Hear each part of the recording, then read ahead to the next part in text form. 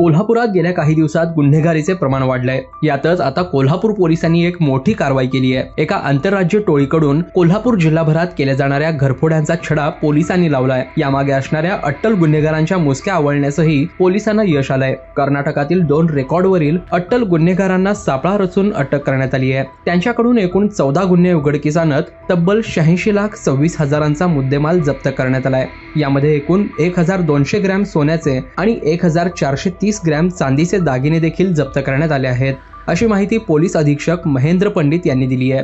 तर ही कामगिरी केल्याबद्दल स्थानिक गुन्हे शाखेच्या पोलिसांच्या टीमला 25,000चे बक्षीस जाहीर केल्याची माहिती देखील आयोजित पत्रकार परिषदेत पोलीस अधीक्षकांनी दिली आहे। साधारण मे महिन्यापासून कोल्हापूर जिल्ह्याच्या सीमावर्ती भागामध्ये राधानगरी, मुरगुड, गडहिंग्लज, आजरा, चंदगड या भागामध्ये दिवसा घरफोडीचं प्रमाण वाढलेलं होतं। या अनुषंगाने स्थानिक गुन्हे शाखेला देखील समांतर तपासाच्या सूचना दिलेल्या होत्या।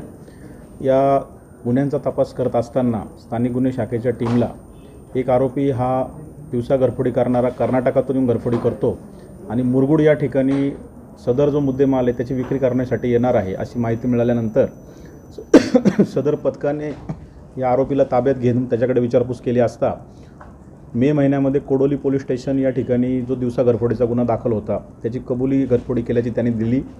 यामध्ये त्याचा अजून एक साथीदार मूळचा खानापूर बेळगाव जिल्ह्यातीलच निष्पन्न झाला।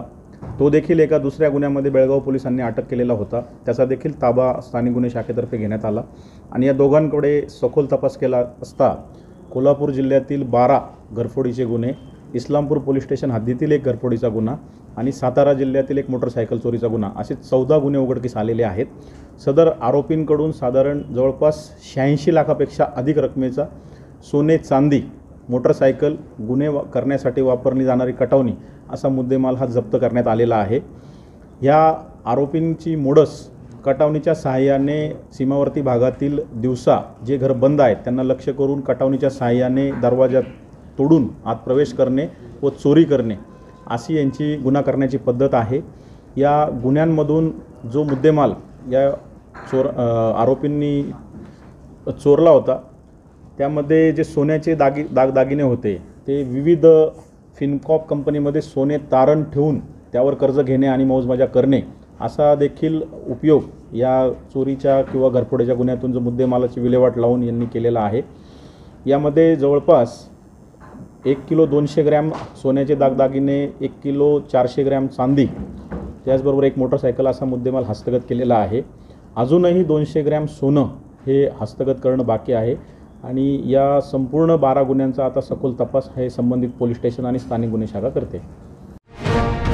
अशाच ताज्या अपडेटसाठी महासत्ता न्यूजला सबस्क्राइब करा।